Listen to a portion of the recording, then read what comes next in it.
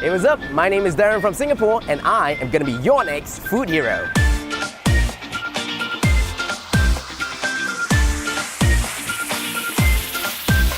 I used to talk on the airways for a living, and in fact, I used to talk about food. I did restaurant reviews, interviewed chefs, and sometimes I even got the chance to go behind the scenes to find out what happens in the kitchen.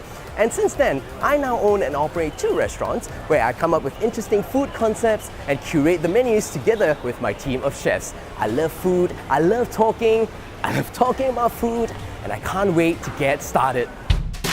Singapore is a melting pot of cultures and traditions. And being a country with so many different races all living together, you definitely can expect a whole lot of different foods.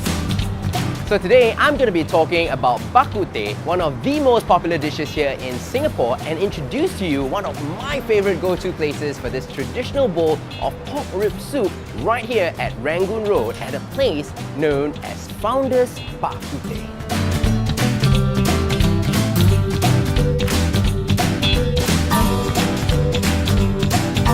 Bak kut teh literally translates into meat bone tea, and it's basically pork ribs simmered in a flavorful broth. It started off as breakfast food in the olden times, but now we can enjoy this dish at any time of the day.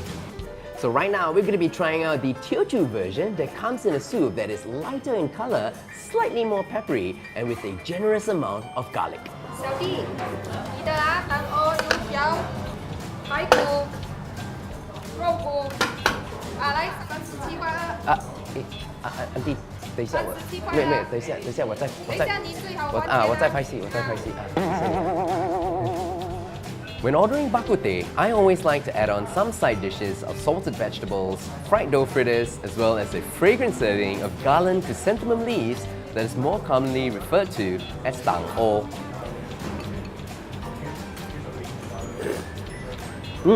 The soup here is robust but not overly peppery, and the pork bones that are boiled in the soup gives it a nice and sweet savoury taste. And a quick fun fact, to actually make a good bowl of bak kut teh soup, you have to simmer the pork bones slowly because a rolling boil will actually cause the soup to turn cloudy, just like your tonkatsu broth that's commonly used in Japanese ramen.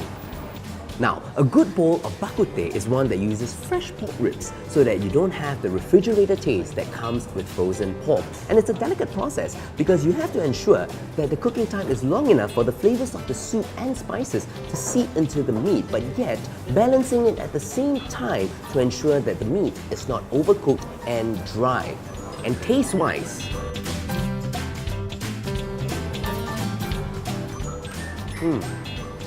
this is very good. It's flavorful, it's fragrant, at the same time it retains some bite such that when you put it in your mouth, there's still that slight bounce to it. There are many ways of eating this, but for me, I choose to use my hands most of the time and dip the pork ribs into the dark soy sauce chili and enjoy this classic Singaporean dish over a bowl of piping hot rice. Now that's comfort food at its best.